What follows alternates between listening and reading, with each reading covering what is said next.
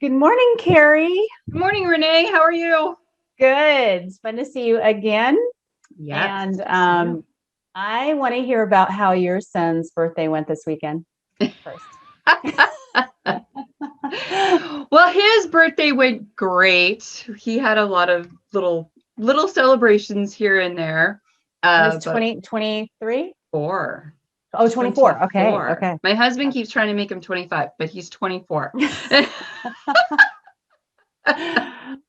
And so one of the things we did yesterday morning was took him out to breakfast.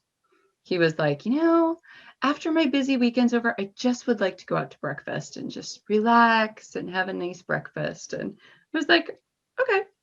Yeah. And so that kind of brings us into the challenges of dining out when you have food allergies or sensitivities.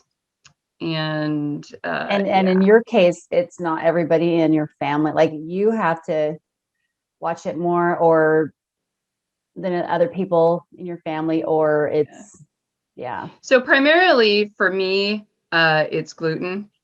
And I have a couple other things that, I can't eat, but my primary thing is gluten. And it was one of those things where I had eliminated it from my diet because I have an autoimmune condition called Hashimoto's. And with basically any autoimmune condition, gluten will exacerbate the problem. And soy can also not be beneficial as well. But for me, I eliminated gluten. And within a couple of months of eliminating gluten, I was able to reduce the amount of thyroid meds that I was taking. Wow. Now, yeah. Because you got diagnosed later. Did you have symptoms, first of all, that were concerning you? As far as my Hashimoto's goes? Yeah. Oh, that goes way back. Back. We're going and then back. We'll come back to the restaurant later in a minute. But yeah. Unless you want to tell us about the restaurant first. Where do you want me to try to keep this to 10 minutes? Oh my goodness. So as far as like my whole health journey, I wrote a little bit about that, but it started probably my journey with autoimmunity goes back to when I was 18. That's when I got my first autoimmune condition. Okay. So, in what a lot of people may or may not realize is that autoimmune conditions stack. So once you get one, you are far more susceptible to getting others. And it was many, many years, it wasn't until I started entering the world of functional medicine that I understood that. Okay. And that kind of put me on my journey to go, all right, I don't want anymore because the direction we're going, the ones that are coming aren't good. So I don't want any more autoimmune conditions. Thank you. And so I've been doing everything that I can possibly do the last several years to keep my autoimmunity numbers down and low.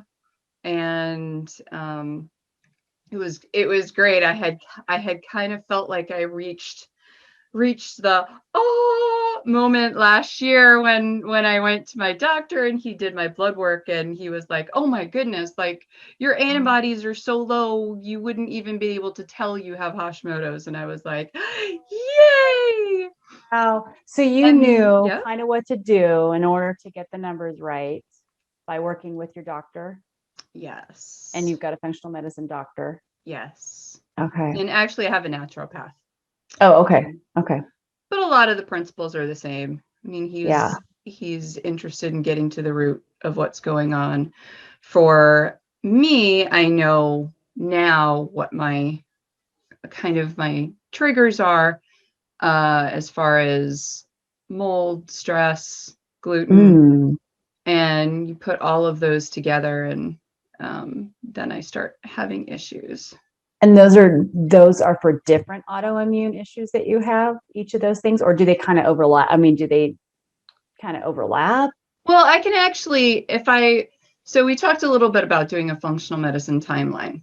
And when I did that, when I was going through school and we had to do one of those on ourselves as well as on clients, I went back and I was able to trace back that, wow, my autoimmunity got started with a traumatic event when I was 16. Okay. And I was able to chart out and see where my health started to fail in relation to where these traumatic events happened. I had this traumatic event. I was living in a moldy environment and eating plenty of gluten. So, I mean, back in the day, we used to think bagels were a great thing for breakfast. Oh, yes. Whole wheat muffins and bagels and yeah. So, oh yeah, and I definitely was a donut girl back then too. I mean, as a teenager, you better believe it. So that traumatic event happened when I was 16, and by the time I was 18, I was slurring my words. Wow. And didn't realize that the reason why my speech was off was because I was hearing impaired. I had lost. No, okay. Oh my goodness. Yeah, you don't even know this. You don't even know all this. See, because I'm your coach, you're not mine. So I know. We're gonna have a session. You can make an appointment on my calendar. I'm just gonna interview you. So anyhow, realized that I was losing my hearing in my left ear. And I have what they call auto-sclerosis. And that's where you have that little horseshoe shaped bone in your ear that flutters to let the sound in. Well, there's actually like this growth that kind of grows over it and prevents it from fluttering. So anyway, that I got diagnosed with that and then found out that I had it in the other ear as well. And I started wearing a hearing aid probably when I was about 19 or 20. I started wearing a hearing aid. And so, for years, I mean, now I'm at the age where I'm like, huh? And nobody notices. But back then when I was said, like, do I need to turn my hearing aid up? They would be like, are you making fun of me? And I'm like, no. Like I am. I'm hearing impaired. Here's my hearing aid. So, oh, man. So that was my first one. And then by the time I was 27, I got diagnosed with arthritis and Raynaud's disease. That's another one you shouldn't have to have at 27. I know, right? Oh, tell me about man. it. I know. So like I have all the old people diseases. Yeah. I think I'm an old soul, but yeah. Oh. And so Raynaud's is the one where you don't have circulation in your hands and feet. And is that why you're cold? When I go skiing, I have boot heaters. Oh, and you live in Maine. It's not even like. Oh yeah. So like once it drops to about 50 degrees outside, I have to wear gloves, or else I will my fingertips will go white because there's no circulation. Wow. Yeah, good times. And then I think I was somewhere in my mid to late 30s, I think, when they finally diagnosed my Hashimoto's. But that I can trace my thyroid going back when I was pregnant with Colin. So my youngest, and I had just weird pregnancy issues. Once again, I was living in an antique cape. In other words, mold. Wow. So I was living in a moldy house and going through a very stressful time, and boom. And it took probably almost 10 years before they finally diagnosed my Hashimoto's, because all they tested for was TSH, and it's not until your thyroid is almost destroyed that your TSH numbers go up and are detectable that there's a problem. Oh, my goodness. Wow. They never tested for antibodies. And it was just a random fluke that I ended up in my endocrinologist's office, and he finally tested, and he was like, well, your adrenals are fine, but your thyroid's gone. Good news or the bad news first. Yeah. Oh man. And that and I kind of wrote in my email there that it was like, wait, what do you mean here's a pill and you're going to be on it for the rest of your life and there's nothing you can do? That wow. didn't sit well with me. So that kind of brought me in a whole nother direction. And yeah. So you weren't even thinking about doing what you're doing now as a coach and doing functional medicine? Oh, are you kidding me? At the time that all of my health issues were going on, I had 3 young kids. I was homeschooling. And then we bought a house and renovated a house, and I was still, at home homeschooling and trying to, I'm juggling. Yeah. Wow. It's like the only time I had time to dig into stuff really was just kind of like if the kids had issues or something. And that's a good point. That's one nice thing about being a mom too, is that when the kids have issues, you have to, and whether it's because you're on a budget or because you have so many opinions being thrown your way, or you're asking your friends, what did you do in this situation? There's so much you don't know what to do, but you go and dig and find out. I feel like it's a whole different time period now, and we have access to the internet. So we have so much that we have access to now that it's not just you're calling your mom or your grandma to find out, well, what did you do? Well, and it's interesting because it was one of my oldest sons that when he was a teenager, we realized that he had, we call it an idiopathic sensitivity to wheat and gluten, because that was his final diagnosis. At the time, we're going back like 15 years ago now, because they did all the conventional testing. They, did the endoscopy. They had them swallow a camera that like his villi were fine. Everything looked great. And he went to the allergist and they tested him for an allergy and he had no allergy. But yet anytime he'd put gluten in his mouth, you could see the beads of sweat on his forehead. And it was like that. And even regular, even now, people that study gluten be like, that's a really weird. That's what happens to my husband too. It's definitely, it's the itchiness on the inside, his skin crawls, and he'll break into a sweat, especially some of the worst stuff will make him break into a sweat. So fast forward then, so you've got those items kind of figured out, what to work on. You're working with the people that you trust to work on that.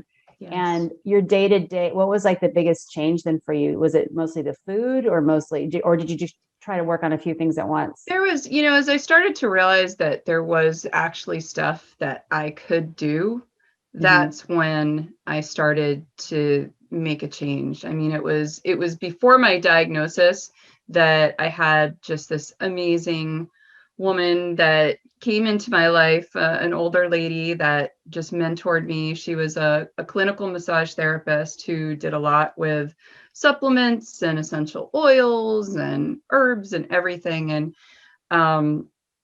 even she sensed, she's like, I think there's something wrong with your thyroid. And I'm like, the tests are all fine. And she said, no, we're going to do a liver cleanse on you. We're going to do a parasite cleanse on you. I'm like, what?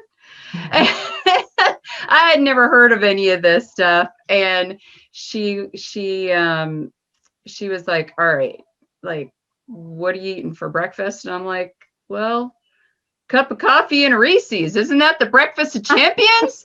Like it was bad. And she was so gracious. She was like, you don't go from Pepsi to wheatgrass juice overnight. And and we started by, switching me over to actual real food, because I wasn't eating real food and I was eating a lot of gluten. And I did have allergy testing done, so I knew I was allergic to mold. But it didn't occur to me, well, gee, if I'm allergic to mold, then I probably shouldn't be eating yeast products. And I probably shouldn't be eating mushrooms, which are a fungus. So I would not have thought of that. Oh I my know. goodness. So it's these little things that really had a huge impact. Yeah. Like I notice now, even if I have mushrooms, I can get away with it for one day, but if I eat them on a second day in a row, then I'm And like, what oh, what happens when you get what it's I like an just internal don't stomach feel ache? good. Yeah, I don't Okay. feel good. I start, So and yeah. now you're totally you eat clean, Mm. you stay on track. I But it's mean, taken years. It's taken yeah. years, Renee. I mean, it's been one of those things that it is really a journey. It is really a Mm, process. I mean, it first started with food. yeah. And even back then, I didn't know that I needed to be gluten free. But Mm, because I was trying to eliminate yeast products, I kind of naturally moved away from gluten because I had gotten rid of all the breads, mm, any of that kind of stuff.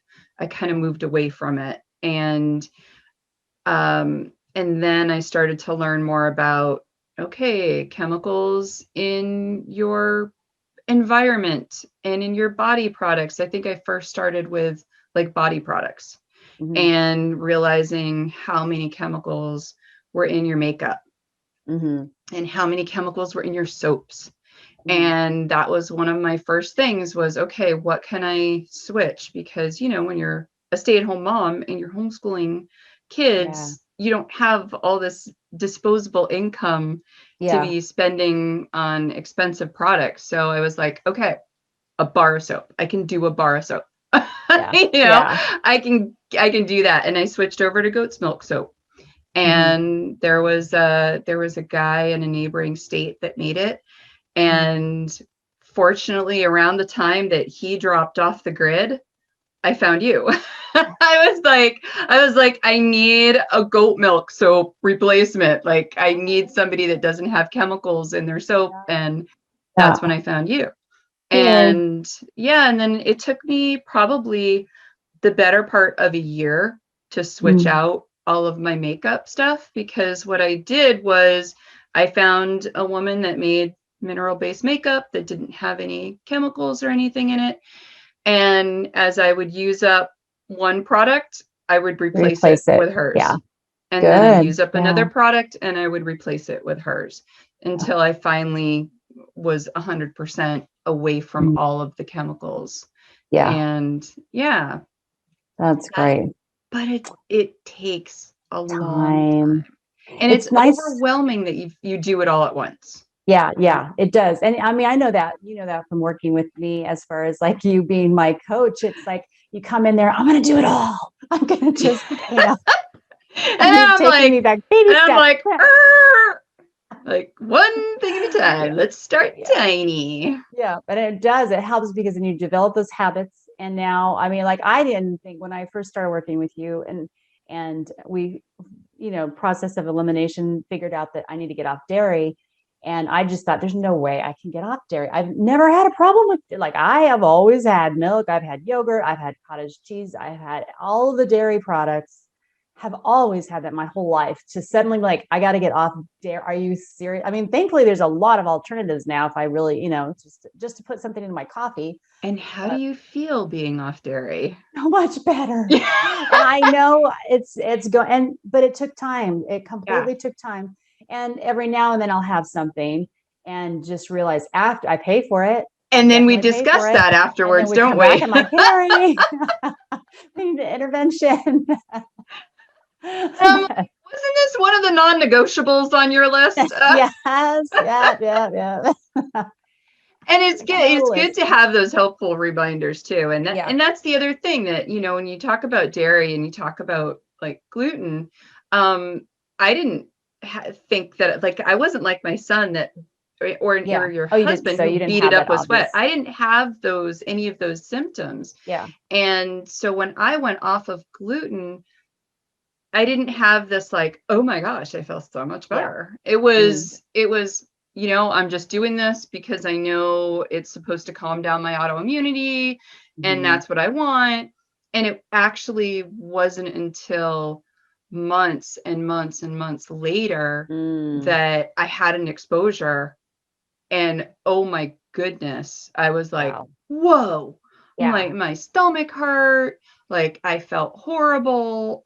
And so now that I'm completely 100% off of it, and am careful to, not get exposed in hidden sources. Yeah. Like, now when I get exposed, you feel it.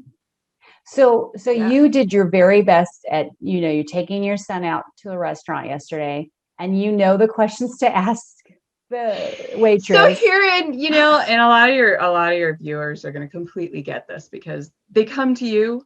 Like I came to you because I knew that you had limited ingredients in your products, and I wouldn't have to worry about those things. So just going out to the restaurant yesterday, like this is a place that I haven't been to this place in probably a year and a half, because the last time I went there, I had a gluten exposure. And I read the menu, and like I try not to be like that person.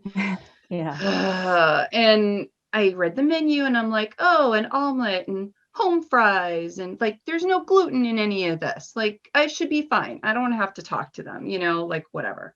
I went home and I was so sick. So fast forward to yesterday. So we go in the restaurant and I'm like, okay, I'm going to have an omelet, please. And can you make sure that, like, if you do the home fries, that you don't do them on the griddle? Like, I have a gluten allergy. I just call it an allergy because that's the only way they pay attention. So, because if you call it a sensitivity, people don't care. They're just like, it's not serious enough. It's not serious I've got this enough. life-threatening. Yeah, exactly. So, and it's really too, when you say an allergy, then they're like, oh, because they don't want to have to see you get injected with an EpiPen in the middle of the restaurant. Not in our restaurant. Allergy, they could sue us. Man. Oh, no. Yeah. Anyway, so I asked the lady, I'm like, so can you, like, when you do the home fries, can you just do them in a separate frying pan and not on the griddle where you're grilling the muffins and the bagels and stuff? And she's like, oh, no, we do our home fries in the griddle. No, they can't do that. And I'm like, okay, well, and obviously I'm not having the toast because I need to be gluten-free. She says, oh, well, we have this wonderful gluten-free toast. And I said, really? And she's like, yeah. And I said, so are you able to toast it in a place that you're not doing regular toast in? She's like, no. I'm like, you're going to run it through the other toaster that has run through the regular toast. Yeah. I'm like, no, thank you. and that wouldn't have even occurred to me if it hadn't been for, like, I don't know, I think it was last summer, my husband and I we took the dog out for this mountain hike, and we stopped at this little restaurant that had breakfast sandwiches, and it was one of those open kitchens, so you saw everything. And they had one of those conveyor belt toast things, and they're like, oh yeah, we have gluten-free bread here. And so I watched the guy put the gluten-free bread in the conveyor belt and then convey right down into the pile of regular breadcrumbs. And that's like, I can't eat that. Like, I can't, like, but it was an opportunity. It was a teaching opportunity for him. I'm like, honey, if you've run it through the regular breadcrumbs, it's now contaminated. I can't eat that because now I'm eating the other breadcrumbs. Oh, man. Yep. But, he was the now. And I know those are the challenges of going out. Those are huge challenges. Huge. And I mean, I'm just thinking, like, I go out and I just got to try to avoid the sugar or the this or that, but I don't need, like, the challenges that you have are huge. Yeah, going out to eat is like probably not even worth it. It's just so hard. Yeah. There's like one restaurant that we have that's about 45 minutes from here that it's all organic, and like the chefs like completely understand gluten-free and how to keep everything gluten. They're like, nope, you can't have that. Nope, you can't have that. And I'll just be like, can you just make me a gluten-free meal, please? Yeah, that's so nice. Just do your special. This is what I can't have. Go. And it's so it is nice to be able to eat and not feel yucky afterwards. But yeah. Well, that is so good though that I mean, what a long process, and too bad. It is a long process. Known earlier, but Oh well. Yeah. But you're helping people out. I mean, you're helping people like me, and just, things right away that I never thought of that. Or, you see things, and through all of your experiences, you're able to identify what types of things, other people have to look out for. So needless to say, after that fun experience yesterday, I came right home and grabbed you got your liver support. Yay. And some extra vitamin C and liver support, and just started. And how many days do that? Well, I also took some digestive enzymes before I went to the restaurant as well, to just have a little extra something in there. But no, I pulled these out. I pulled these out a couple days ago, I want to say, because we started, digging into the bundle again, and talking about this stuff. And I was like, I was like, I haven't done a liver cleanse in a while. Like, I'm going to give my liver a little support, because now I have the fun after I had that wonderful, I call it my shining moment with my doctor, and my immunity numbers were perfect and everything was great. And then perimenopause hit. Oh, no. Hormones. My numbers spiked. My skin went crazy. It's been whack-a-mole for the past year. So we're just like, okay, let's see how the T4 doing. Okay, how's the T3 doing? Okay, let's bring the T3 up a little bit. All right, that's hanging in tight. Now we need to take a little bit more T4. And so we're just doing this balancing act of that. So, and it's also important for that. I think you were the one telling me that the T's are based on the averages, right? Were you the one telling me that? I did. So all of this blood work, when you go and get blood work done from a conventional regular doctor, it's what's in the normal range. And the normal range is based on the average population. And within that average sick population, because it's usually people that are sick that are going to get their blood work done, then within that normal range, it's what the insurance companies have said they're going to pay for. So it has to be outside of that normal range in order for the insurance companies to pay to have more tests done.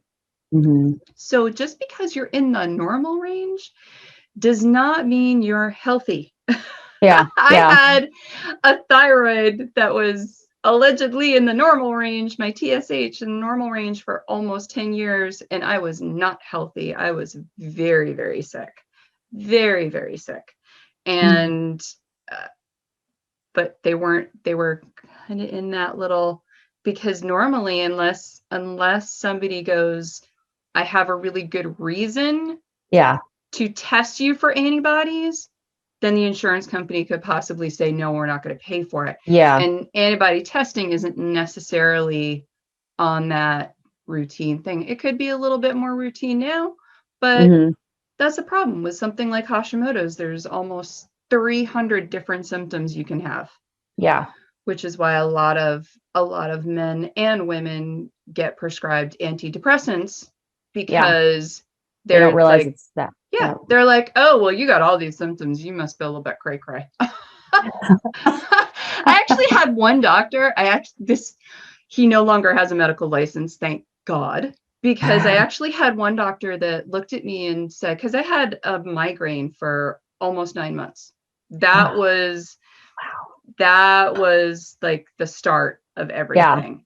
And he looked at me and he was like, you stay home with your kids? I'm like, yeah. He goes, how many kids you have? I said, 3. He was like, oh, well, no wonder you have a headache.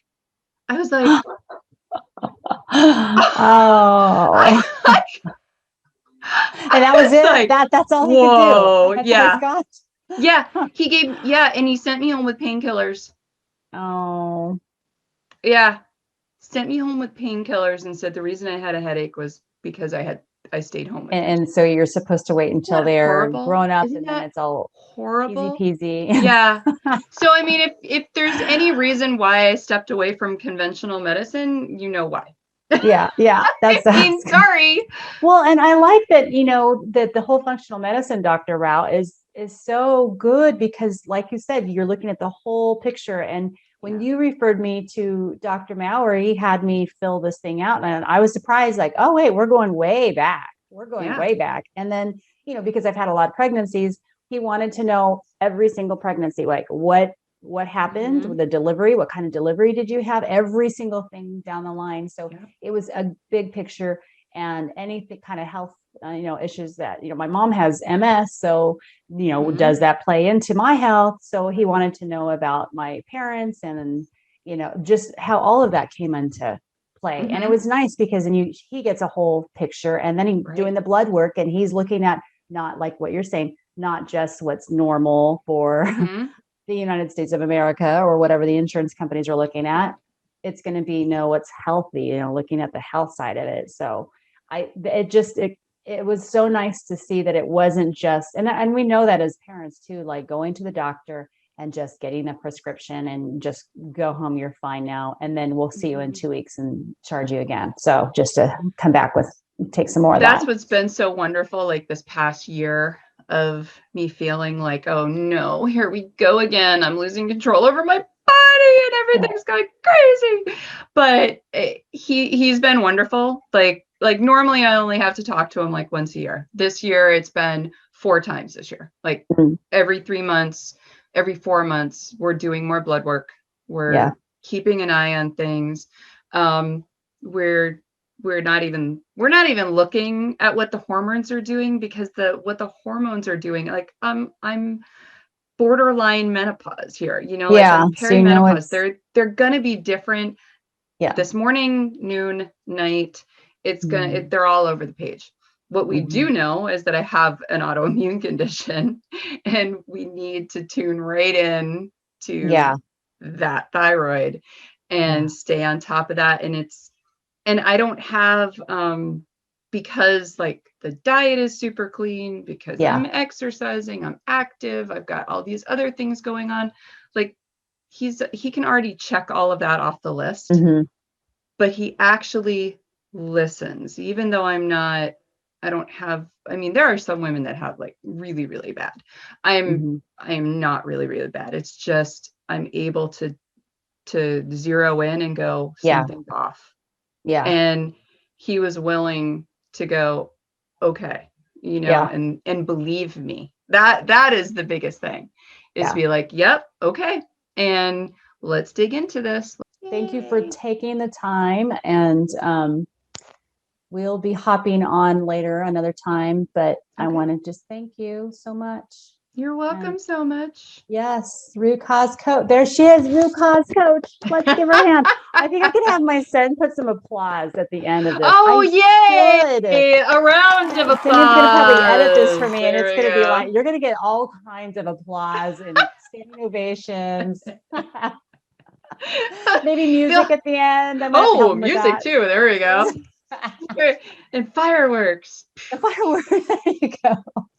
He'll have big www.rootcausecoast.com. There you go, and then it disappears like lightning. Yeah. All